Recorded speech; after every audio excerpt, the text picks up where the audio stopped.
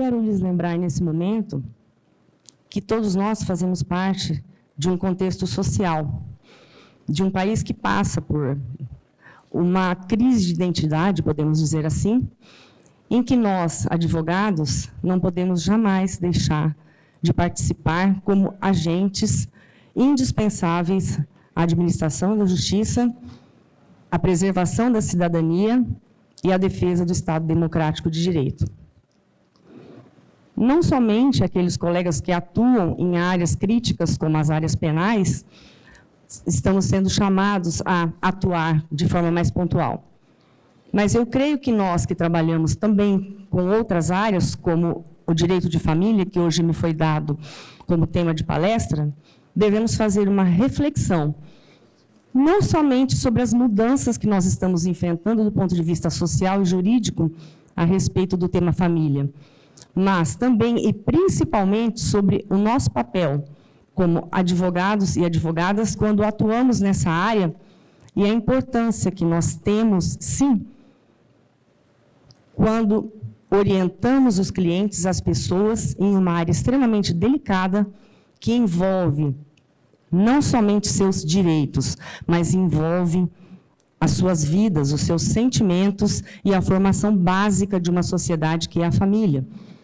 Creio eu que uma sociedade onde os valores familiares não são respeitados, não são valorizados, não são priorizados, é uma sociedade que é fadada ao insucesso, posto que é dentro da família que se inicia a educação fundamental.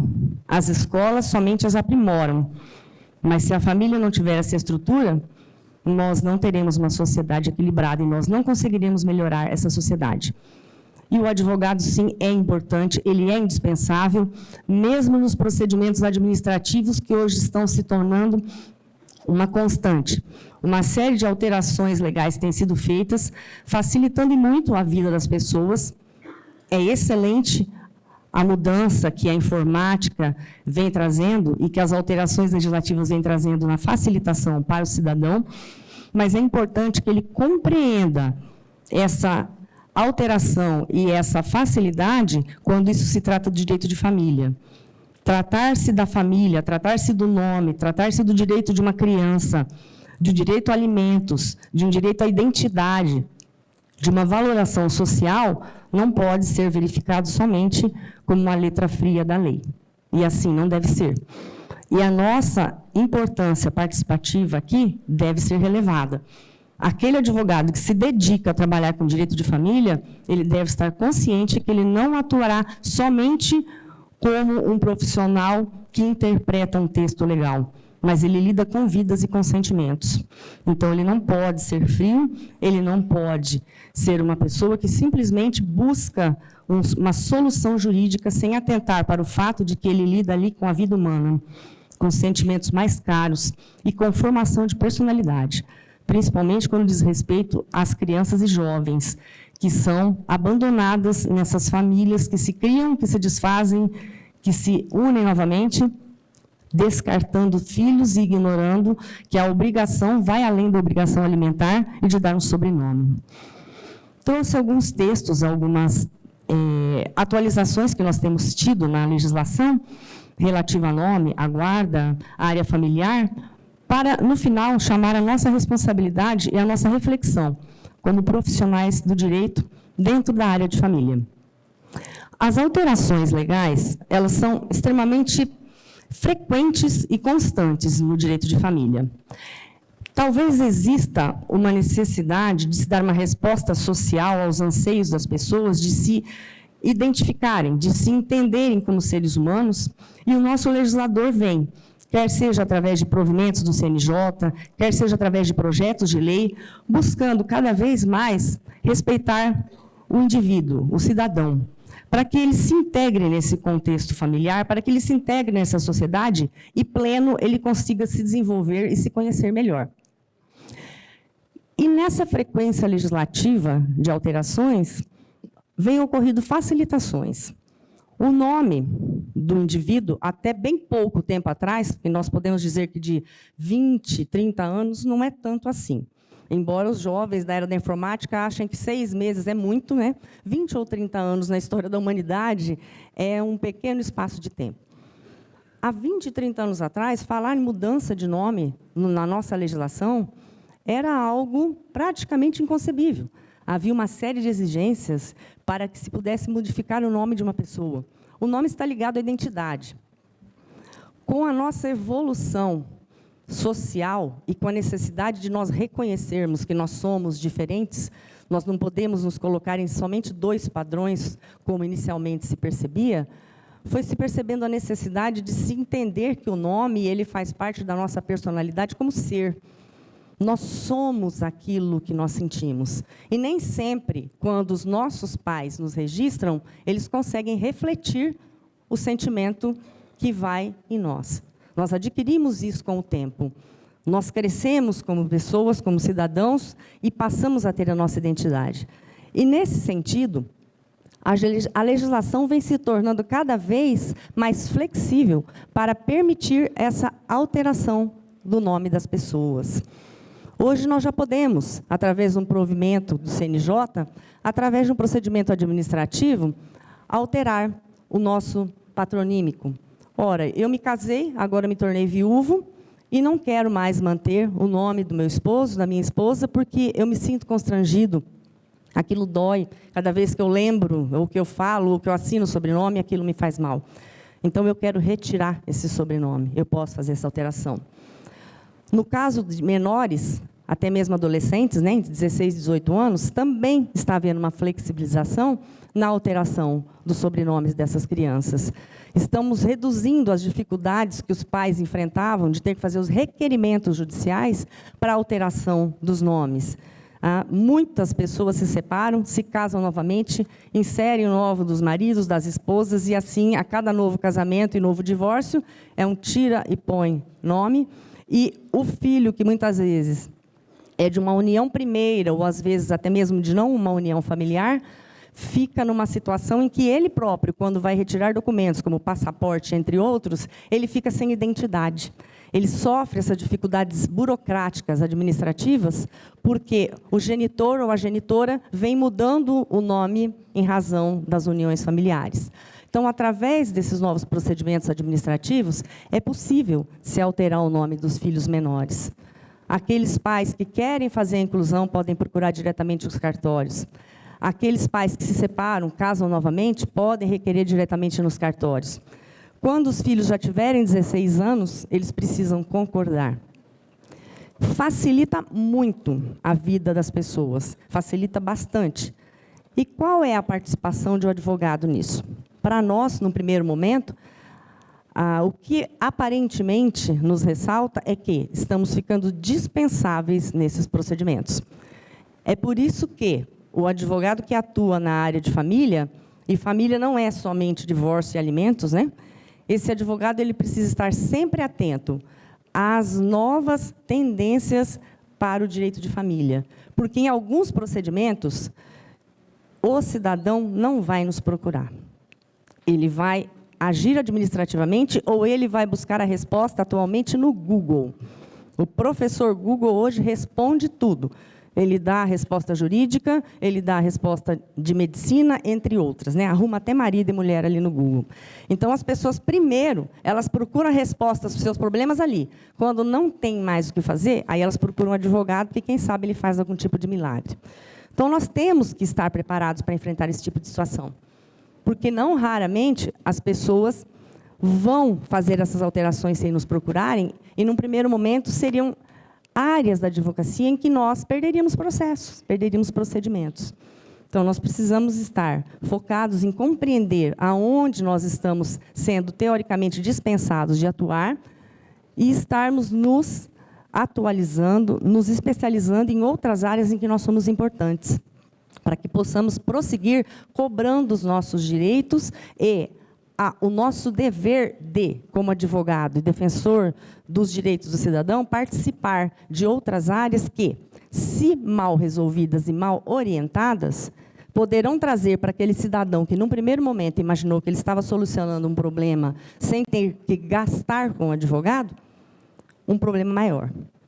Então, é preciso que nós, também na área jurídica, participemos mais e cobremos mais de nossos colegas, trabalhemos mais em conjuntos, como estamos verificando nessa conferência, no sentido de estarmos atuando em políticas públicas que sejam de orientação ao cidadão, atuando no OAB Vai à Escola, trazendo, eu não tenho acesso à cartilha, não tive acesso à cartilha, ela é utilizada para passar, né, os ensinamentos da OAB Vai à Escola, mas seria importante, se aqui lá não consta, que tivesse orientações das famílias sobre a necessidade de que um advogado seja consultado previamente, mesmo para fazer uma simples alteração de nome, porque isso não implica somente em ir até um cartório e substituir, ou alterar, ou acrescentar o sobrenome. Isso modifica, pelo menos documentalmente, uma série de circunstâncias na vida de um indivíduo. E isso pode trazer problemas ou despesas maiores que ele não estava imaginando naquele momento específico.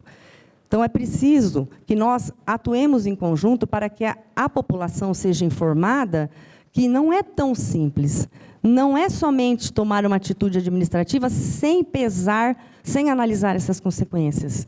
Porque, posteriormente, aquilo pode trazer outras consequências, que talvez não fossem aquelas que se esperava ou se imaginava. Uma simples alteração de nome pode trazer custos, pelo menos, maiores do que se previa, se futuramente eu precisar novamente desfazer, refazer, alterar diplomas universitários, etc. Tá? Então, tudo isso o cidadão não para pensar. Ele imagina só naquele momento o custo-benefício de uma atitude administrativa. E ele acaba não consultando um advogado. Isso acontece muitas vezes também, e por culpa nossa, nos procedimentos de divórcio extrajudicial, inventário extrajudicial, e entre outros, como uso capião, etc., onde muitos de nós se submete a pura e simplesmente assinar um termo em cartório para ganhar uns honorários tabelados, sem fazer nenhuma verificação de contexto. Então, nós precisamos pensar a nossa função. Como eu assino um divórcio? Ah, mas já está tudo certo, doutora. É só vir aqui, eles já se acertaram, já se compuseram, não tem filhos menores. Bom, tudo bem, nós sabemos quais são as regras legais que permitem um divórcio extrajudicial. Agora, será que eles realmente conversaram previamente? Eles realmente conhecem os seus direitos e deveres naquela circunstância? Eles estão conscientes do que eles estão transacionando ou não, patrimonialmente, economicamente, etc.? Ou, naquele momento, era o menor custo-benefício e eles estão aceitando fazer aquele divórcio daquela maneira? E muitos de nós se submetem, sim, a receber um honorário, às vezes, aviltante, porque rapidamente se resolve, eu assino num cartório e eu já ganhei os meus honorários e deixo o problema passar. Tá? Então, nós precisamos também pensar que, como advogados de família, as coisas não funcionam bem assim. Nós somos, sim, um pouco psicólogos. Quem não tiver a vocação para trabalhar na área da psicologia, das conversas repetidas vezes, ou seja, da conciliação, da mediação, dificilmente conseguirá atuar nessa área. Porque ela não é uma área em que você lida com técnica, com matemática, com contrato, com cláusulas, com normas postas e frias. Você lida com pessoas que estão atrás disso. E aí não é só uma regra legal que soluciona um problema subjacente. E o advogado, ele tem, sim, que estar preparado para atuar de forma mais pontual e eficiente. Eficiente, sim. Tá? Então, fazer uma mudança de nome está ficando cada vez mais simples, mais prática. E nós temos visto, né, o STJ permitindo essas alterações também com interpretações de casos concretos. Tem permitido, recentemente tem várias decisões no sentido de permitir alterações. De pessoas que já se casaram e não fizeram alteração de patronímico no momento do casamento, anos depois vão solicitar no cartório, aí o cartório não autoriza. Essas pessoas vão ao judiciário e o STJ tem permitido. De pessoas que, depois de um determinado tempo, querem retirar um nome, seja de família, de pai, mãe, ou mesmo de esposo, esposa, e tem se voltado ao Poder Judiciário e ele tem permitido. Sempre buscando cada vez mais o quê? A identidade individual de cada um de nós. respeitar esse direito de personalidade, que é cada um ser quem deseja ser. É cada um entender o seu papel dentro dessa sociedade. Essas alterações de nome, desde que elas não venham trazer conflitos para terceiros, que elas não venham trazer nenhum outro problema social subjacente, elas vêm sendo permitidas. Mesmo quando elas não fazem parte de algum provimento do CNJ que autoriza que elas sejam feitas de modo administrativo. Então, nos casos em que não consta de provimento, em que não consta de alteração legislativa, nós podemos buscar o Poder Judiciário para fazer essas alterações. Supressão de nome, acréscimo de nome.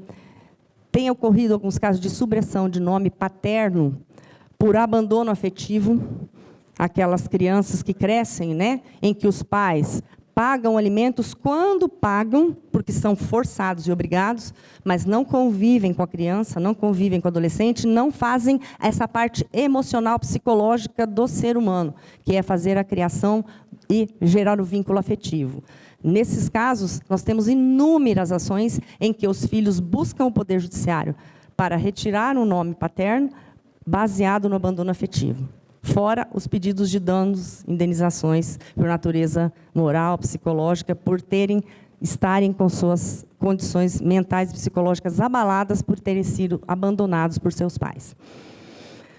Dentro desse contexto, nós temos situações muito pontuais no que diz respeito à família.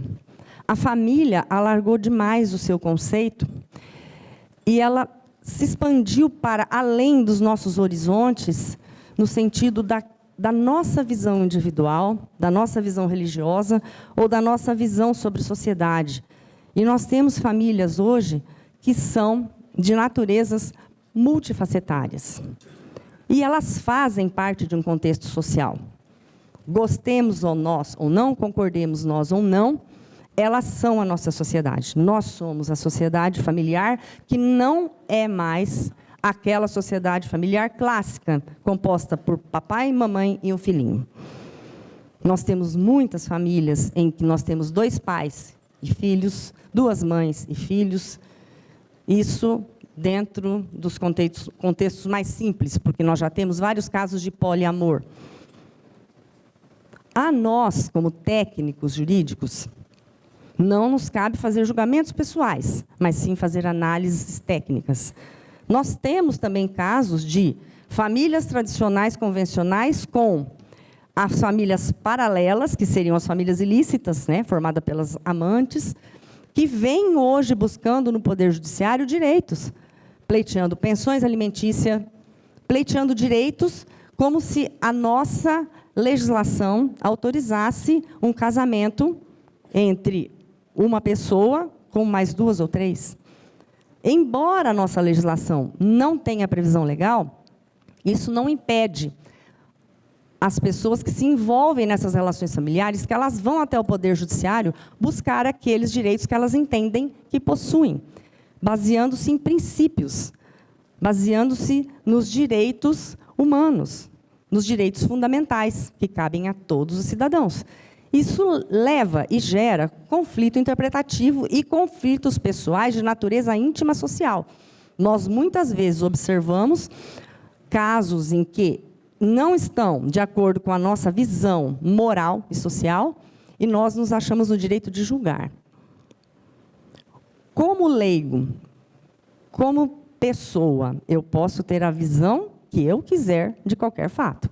Como técnico jurídico, não. Eu devo ter uma visão imparcial. Ah, mas eu não sou juiz. O advogado é, sim, o primeiro juiz da causa. E ele não pode condenar o cliente ou a pessoa que o procura, acusando-a ou destratando-a porque você não concorda com aquela forma de viver, com aquela forma de ser.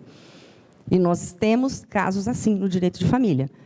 Tem um caso que foi suspenso o julgamento essa semana, exatamente a respeito de uma amante que está pedindo a pensão no INSS, para receber uma pensão alimentícia, porque ela diz que ela mantinha uma família também com um homem que era casado. Socialmente, cada um de nós pode ter a visão que lhe é pessoal, peculiar, é direito nosso. Tecnicamente, não. Isso tem que ser observado do ponto de vista social e do ponto de vista legal. Quais são os impactos de uma decisão que, porventura, determine isso para a Previdência? Quais são os impactos dentro do direito de família, dentro do processo legislativo, dentro dos direitos fundamentais previstos na Constituição Federal, cada um de nós possui, para o direito de família, para a construção social? Essa deve ser a nossa visão. Essa deve ser a nossa forma de interpretar e de avaliar situações relacionadas ao direito de família. Muito embora, às vezes, nós concordemos ou não com aquela situação do ponto de vista individual, direito de cada um. Mas não colocar isso do ponto de vista técnico. Nós devemos avaliar as situações de forma técnica. E, por tal razão, nós não deixamos de ter um excesso de projetos de leis na área de família que tentem acomodar essas situações difíceis que se vive, porque se lida com a vontade do ser humano, porque se lida com direitos básicos. No que diz respeito à família e menores, nós sabemos que a quantidade de crianças que não conseguem um lar, porque as suas famílias reais, as suas famílias legais, não cuidam delas, e aquelas famílias que desejam ter um filho também não as aceitam, é enorme. Os legisladores ficam tentando achar mecanismos para agilizar e facilitar os processos de adoção, inclusive para fazer com que aquela criança que é colocado nesse lar substituto, inicialmente para uma guarda, para depois passar para um processo de adoção, ela consiga se identificar como parte dessa família. Alguns projetos de lei vêm surgindo nesse sentido também, para que aquela criança se adeque, que ela possa ser parte daquela família, mesmo antes dela ter sido efetivamente adotada. E os legisladores ficam tentando criar mecanismos baseados em funções e ideias sociais para que alcancem esse objetivo. Dar uma identidade àquele indivíduo que nasceu, foi registrado, mas ele foi rejeitado por aquele que deveria ser a pessoa que iria lhe dar o amor, lhe dar o sustento e lhe dar a formação básica. E quando ele encontra um que deseja fazer isso, ele fica sem identidade nesse meio do caminho. Nesse sentido, nós temos um projeto de lei que foi proposto para que se adote o chamado nome afetivo. Esse nome afetivo, ele permitiria ao menor que está em processo de guarda com fins de adoção, que ele pudesse ter registros escolares, em postos de saúde, em todos os locais públicos onde ele fosse estar com essa família, que posteriormente vai passar a ser a sua família legal, que ele pudesse ter esse nome, que seria o nome a ser usado quando ele for efetivamente adotado. Então, ele ficaria com o nome legal e com esse nome afetivo durante esse processo. A ideia seria permitir a inclusão dessa criança e que ela já conseguisse assumir essa identidade dessa nova família, esse novo direito de personalidade, fazendo com que ela se identificasse, ela não ficasse em um momento de uma zona cinzenta, onde ela tem um nome legal, os pais ainda não são seus pais definitivos, estão passando por um procedimento, e essa criança ficaria nesse limbo jurídico até a adoção final. Esse projeto de lei foi para ser relatado e ele obteve parecer negativo. O parecer negativo vem exatamente no sentido dessa confusão que pode gerar essa alteração de nome, ainda não legal, mas somente para fins administrativos, para facilitar o convívio dessa criança, mas que, se não concretizado, o parecer do relator, ele diz que, se não concretizado esse processo de adoção, por qualquer motivo que seja, essa criança tinha um nome, passou a ser conhecida por um nome afetivo, e, de repente, ela volta para o nome legal de novo. Ela se condiciona numa situação, novamente, de abandono, 2 vezes. Então, ela passa a ter um sofrimento social duplo. Então, não seria uma solução adequada para um problema dessa natureza. Nós conseguimos perceber, com situações como essa, que não é fácil. A sociedade luta para achar algum tipo de equação em que ela consiga solucionar os problemas que o direito de família traz, que o direito à identidade traz nesse contexto de família, e nós temos várias possibilidades que nem sempre vão atingir o objetivo pretendido, que seria essa integração que seria fazer com que esse cidadão, com que esse indivíduo pudesse crescer com essa noção de família, com essa noção de individualidade.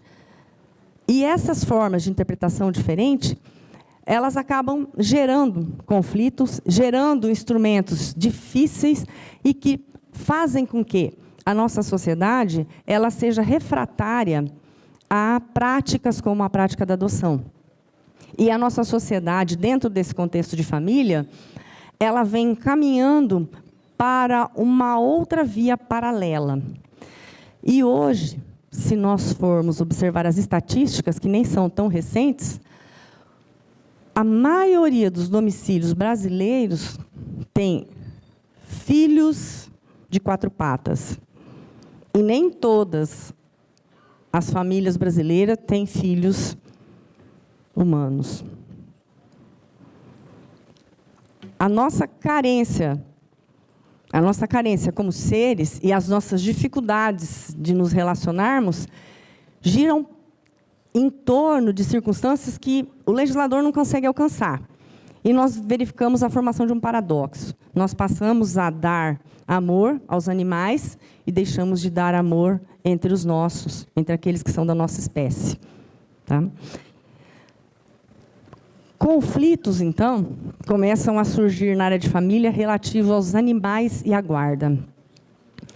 Eu sou civilista, professora de civil, ambientalista, professora de ambiental. A minha cabeça é maravilhosa quando você fala de animais, e eu, entre muitas circunstâncias, realmente gosto bastante deles, defendo muitos animais, mas, tecnicamente falando, a nossa legislação não os trata como sujeitos de direito. Nossa legislação civil, constitucional, não os trata como sujeitos de direitos. Quanto à Constituição Federal, ela traz no artigo 225 a proteção ao meio ambiente. Ela protege o meio ambiente, tendo em vista que o meio ambiente ele é necessário para a vida humana na Terra. E os animais, para a nossa legislação, eles são bens. Recentemente, nós tivemos uma alteração legislativa que, embora a internet veicule como uma legislação que facilitaria ou traria os animais para a categoria de sujeito de direitos, isso não corresponde à realidade. Essa legislação ela altera um artigo da Lei de Crimes Ambientais, reconhecendo que os animais são seres sencientes, que sentem dor e devem ser respeitados no trato com os humanos. Os humanos têm que tratá-los com os respeitos e terão sanções mais severas quando destratarem os animais. Mas ainda não temos alteração no Código Civil, incluindo os animais como sujeitos de direito. E, embora isso não aconteça, nós temos milhares de ações discutindo guarda de animais como se fossem filhos. A primeira vez que eu ouvi isso, dando aula para o primeiro ano, o aluno hoje ele traz o celular. Se você falar alguma coisa errada, ele já viu antes no Google que você falou errado. Então, um aluno, mas professora, o pessoal está dando guarda de animais? Não, gente. Eles devem estar dividindo guarda como guarda pensando em contratos, né? Alguém tem a posse de um determinado bem e, portanto, ele é o fiel depositário de um bem. Tecnicamente pensando, não pensando com o sentimento de você adorar ou não o seu gatinho ou seu cachorrinho. Mas, para minha surpresa, na época, tá, há 5 anos atrás, quando eu fui verificar, realmente havia a primeira decisão no Brasil em que um juiz dava uma guarda compartilhada de um cão e determinava direitos de visita, os horários de visitas, fixava a pensão alimentícia, dividindo quem pagava o pet shop, o veterinário, quem era responsável, como se estivéssemos falando de uma criança. E, a partir desse primeiro julgado, essas decisões começaram a se espalhar pelo Brasil. E hoje isso é uma constante. Na ausência de legislação específica sobre o tema, o Poder Judiciário não pode simplesmente deixar de decidir. E ele vem, sim, decidindo que os animais são compartilhados como se fossem filhos. Os direitos dos pais, né, desses animais, numa dissolução de união estável, num divórcio, eles são relacionados como se estivéssemos relacionando os direitos dos filhos menores quando ocorre esse divórcio. Tá? A maioria das pessoas hoje, quando se separa, acaba também discutindo a respeito da guarda dos animais, a respeito dessa guarda. Isso nos leva a pensar por que nós estamos deixando de ser humanos, por que nós não nos amamos como seres humanos. Há tantas crianças para serem adotadas e nós não as adotamos. Nós estamos brigando por os animais. Isso porque não adianta, não dá para praticar alienação parental com o cachorrinho. Não tem como. Não adianta o papai levar o cachorrinho no fim de semana e falar mal da mamãe, que não vai resolver nada. O cachorrinho vai voltar mandando rabinho na segunda-feira, é a mesma coisa. Porque para eles é instinto, né? E não acontece como com os seres humanos. Nós é que estamos nos afastando dos outros como seres humanos. Nós é que estamos deixando de tratar as pessoas como seres humanos. E nós, como advogados na área da justiça, não podemos deixar de atender os nossos clientes que tratam os seus animais como se filhos fossem. Devemos orientá-los, devemos buscar essa partilha. Podemos atuar previamente. Quando alguém vai constituir uma união estável, já fiz um contrato de união estável em que já foi definido previamente, como se fosse um pacto antinupcial, a quem competiria a guarda do animal, caso essa união estável viesse a se extinguir. E quais os direitos e deveres de cada um dos envolvidos. Então, é possível fazer isso. O advogado pode atuar preventivamente ou pode atuar no momento de um divórcio ou uma dissolução de união estável, um rompimento de um relacionamento, de namoro, de convivência, em que o casal talvez não queira discutir a relação afetiva deles, material, econômica, jurídica, mas que queira discutir a relação do animal. É perfeitamente possível discutir isso, embora não seja algo pacífico. Há doutrinas e jurisprudência nos dois sentidos ainda, em razão de nós não termos uma legislação específica sobre o tema. Não há uma alteração da condição do animal dentro da legislação civil e nós temos que trabalhar dentro da analogia, dentro das normas principiológicas, dos direitos do ser humano que busca essa guarda, porque, na verdade, as decisões elas vêm nesse sentido. Se o ser humano que está fazendo esse divórcio, que está fazendo essa separação, ele sente que aquele animal é seu filho, então tem que respeitar esse direito dele sentir.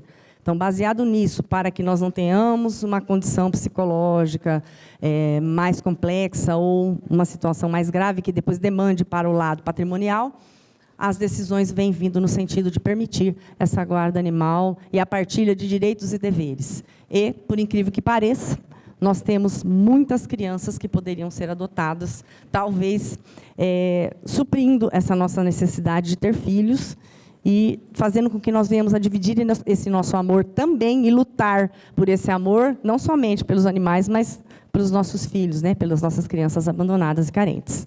Tá? Então, nós podemos participar aqui dessas situações.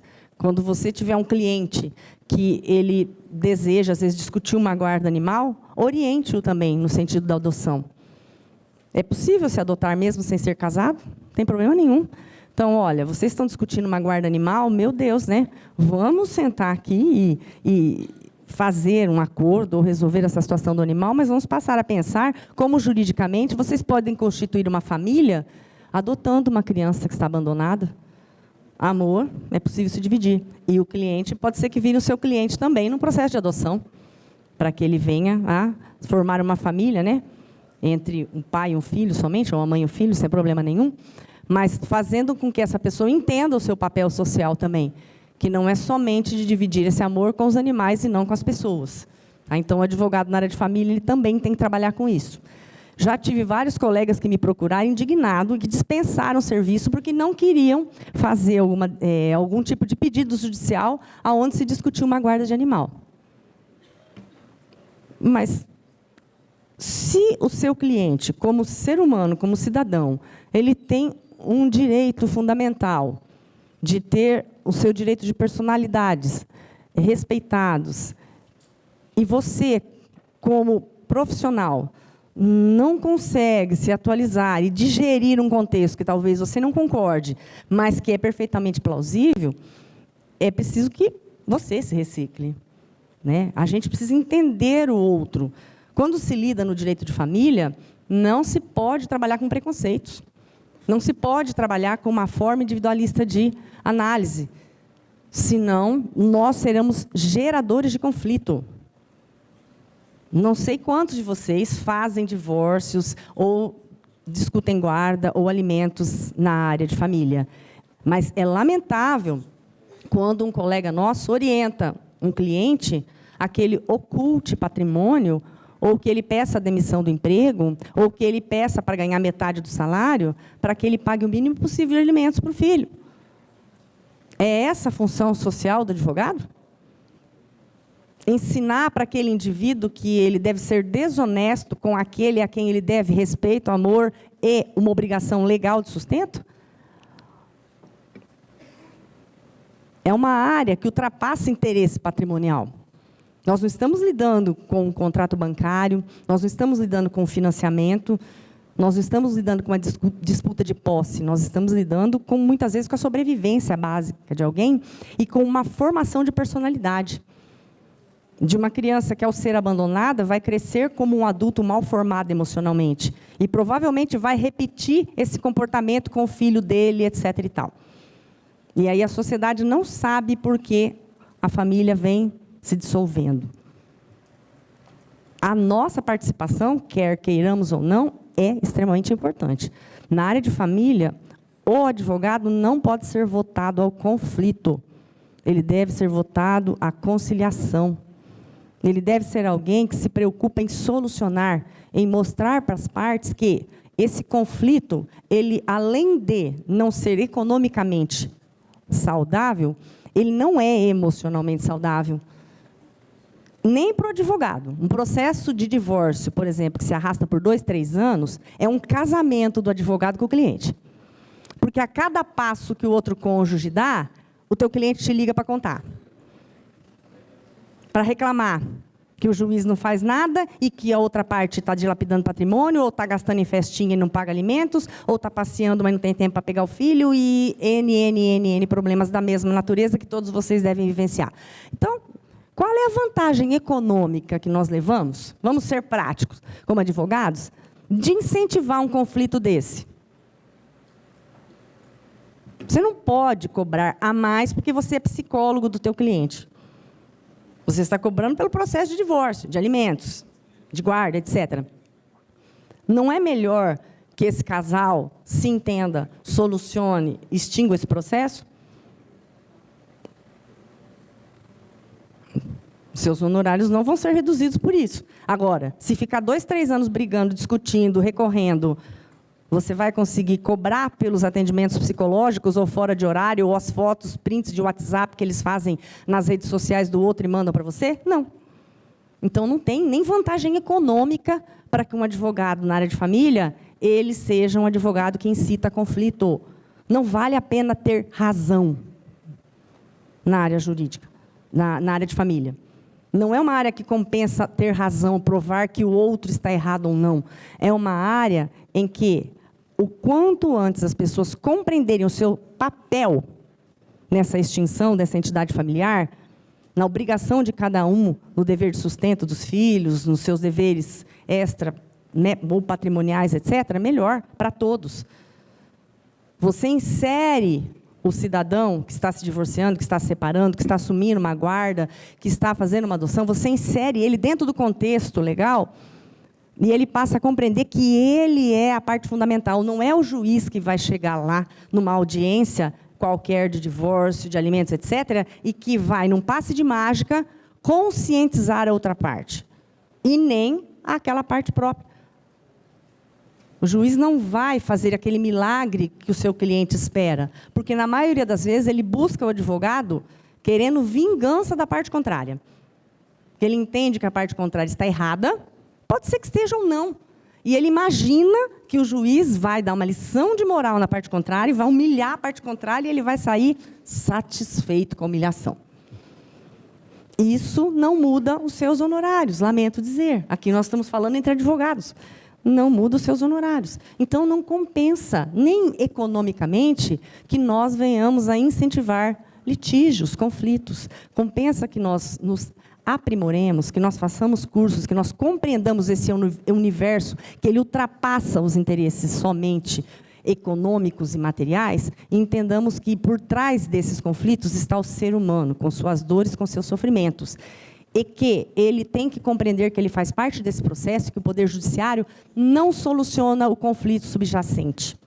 Ele precisa ser compreendido.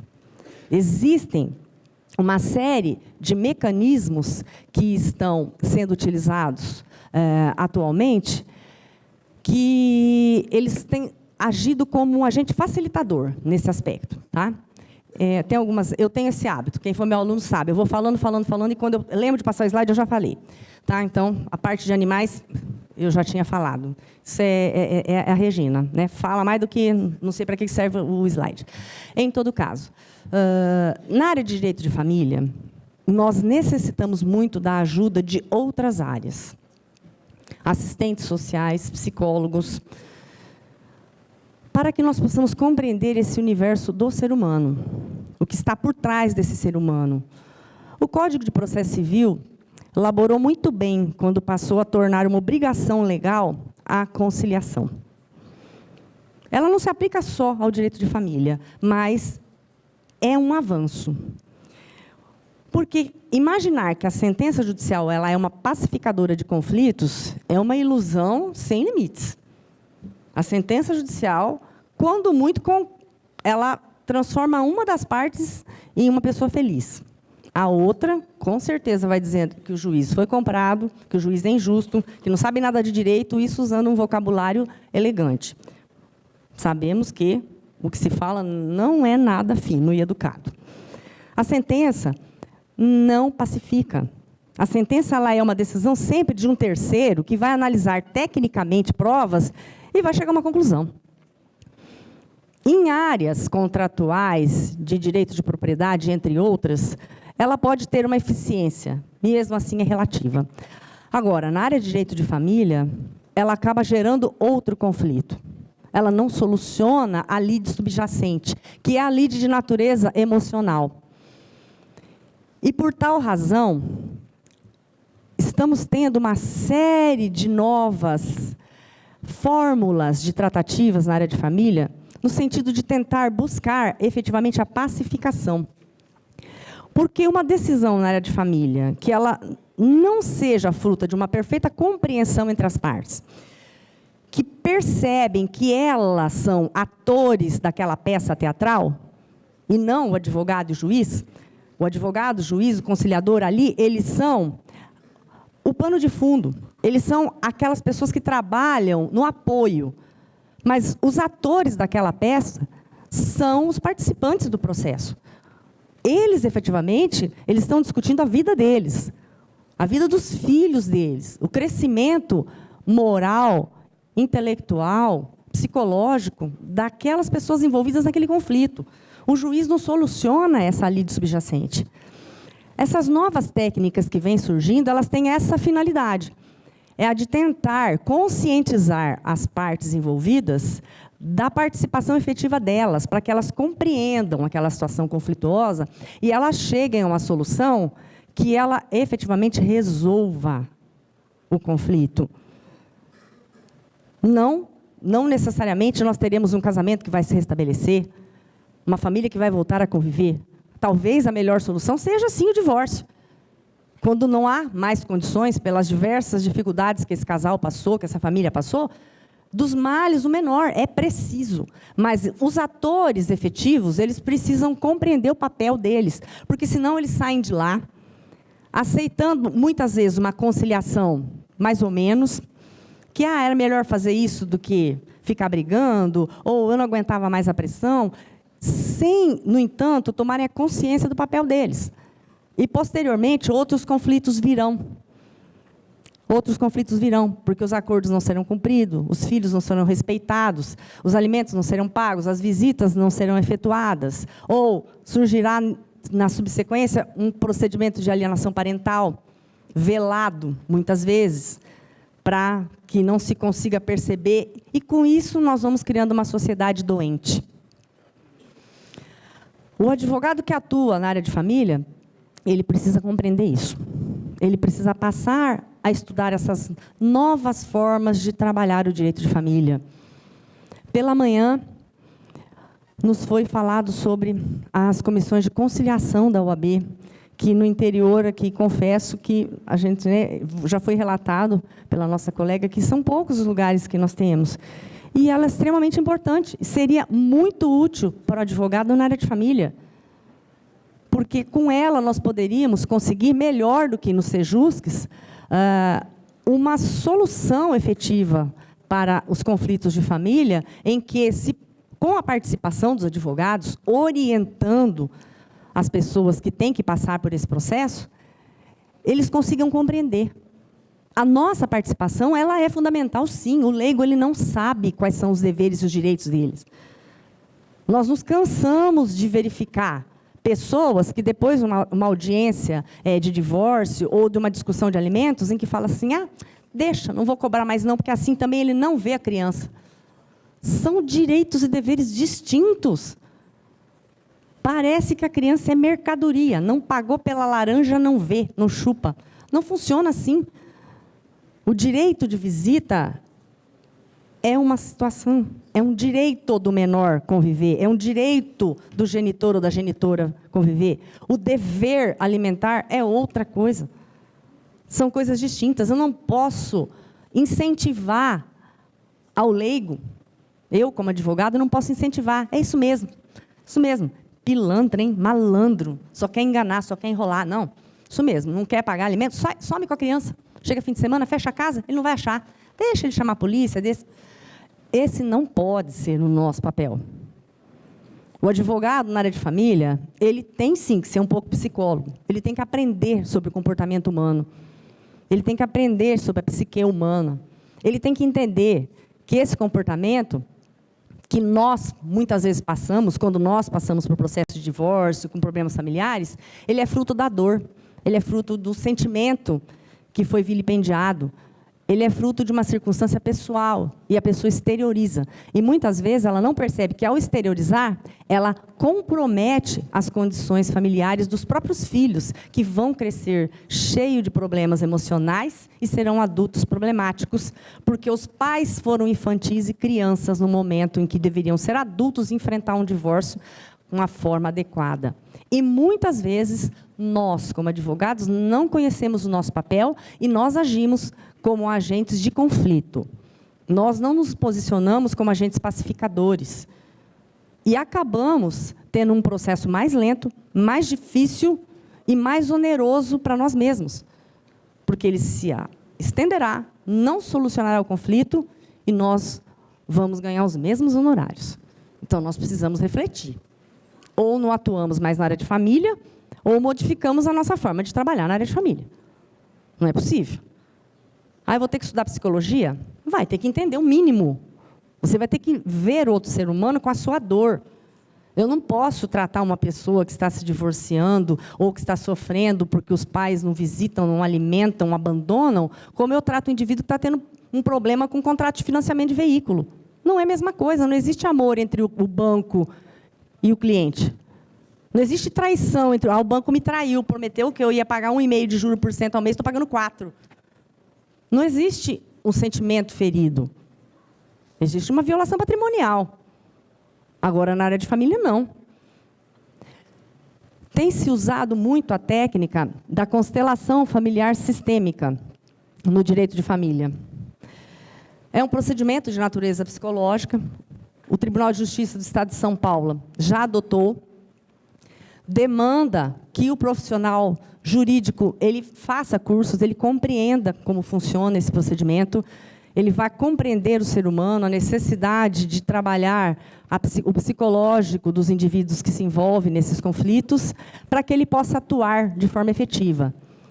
Isso facilitará muito a nossa posição como advogado, se nós conseguirmos previamente, ao atendermos o cliente na área de família, orientá-lo efetivamente sobre seus direitos e deveres, não só sobre do ponto de vista material e sobre do ponto de vista do conflito e do litígio, mas sempre do ponto de vista de tentar solucionar aquilo, descobrindo a efetiva fonte, para pacificar, para que eles cheguem ao final desse divórcio que é doloroso, dessa separação, desse conflito, de uma forma mais tranquila, que eles possam se identificar socialmente.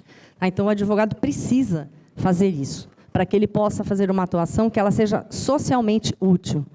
Nós não podemos continuar tendo advogados que atuem somente como criadores de conflito. Nós estamos diante de uma sociedade doente, o índice de suicídios é alarmante, as pessoas não se conhecem mais. Eu poderia trazer para vocês N alterações legislativas e N interpretações na área de casais, na área de adoção de animais, na área de mudança de nomes, na área de patrimônio, na área de causas pós-mortem, relativa a direitos sucessórios. E nós observamos que, em tudo isso, a gente não consegue enxergar o ser humano que está por trás. O ser humano que, muitas vezes, vai atrás de uma briga patrimonial num procedimento de sucessão, porque ele não foi amado, porque ele foi rejeitado por alguém. E ele vai procurar o advogado para resolver o conflito jurídico. E esse advogado que se dispõe a, durante a sua vida, atuar no conflito familiar, ele precisa se preparar para isso. Porque a situação das pessoas está se tornando patológica. Nós estamos nos tornando pessoas que não conseguimos lidar com os conflitos. E dentro da área de família, nós temos visto o quê? O aumento da agressão contra a mulher, embora se crie comissões, se crie mecanismos, se altere a legislação, não está sendo eficiente para que nós consigamos solucionar o problema. Por quê? É falta de regra legal? É falta de norma? É falta de advogado? Um dos nossos colegas, pela manhã, ressaltou as nossas dificuldades com a quantidade de faculdades de direito que nós temos no país. O número de advogados que nós temos no país. Não, não falta lei. Não falta advogado. Falta nós entendermos que todos somos parte desse contexto. E, apesar de sermos advogados, apesar de sermos cidadãos, nós todos convivemos, nós todos necessitamos de participar dessa melhoria social.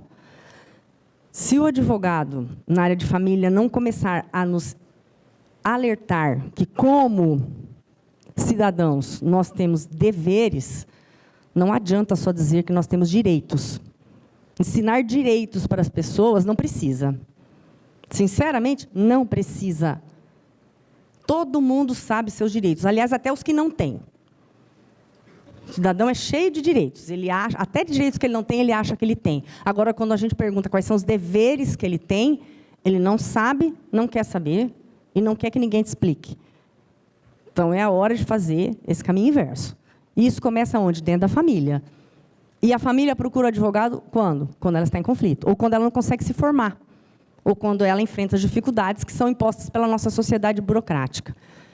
Ela nos busca, né? Aqueles casais que querem adotar têm dificuldade, ou aqueles casais que não se dão, que querem se separar. Então, o advogado ele vai atuar aí. E aí, ele tem o dever de ter uma formação adequada, que não é só jurídica, para atuar orientando essa pessoa que vai passar por esse procedimento, quer seja na construção da família, quer seja na dissolução dessa família, para que ele saia preparado dali para frente, para que ele possa assumir o seu papel, os seus deveres.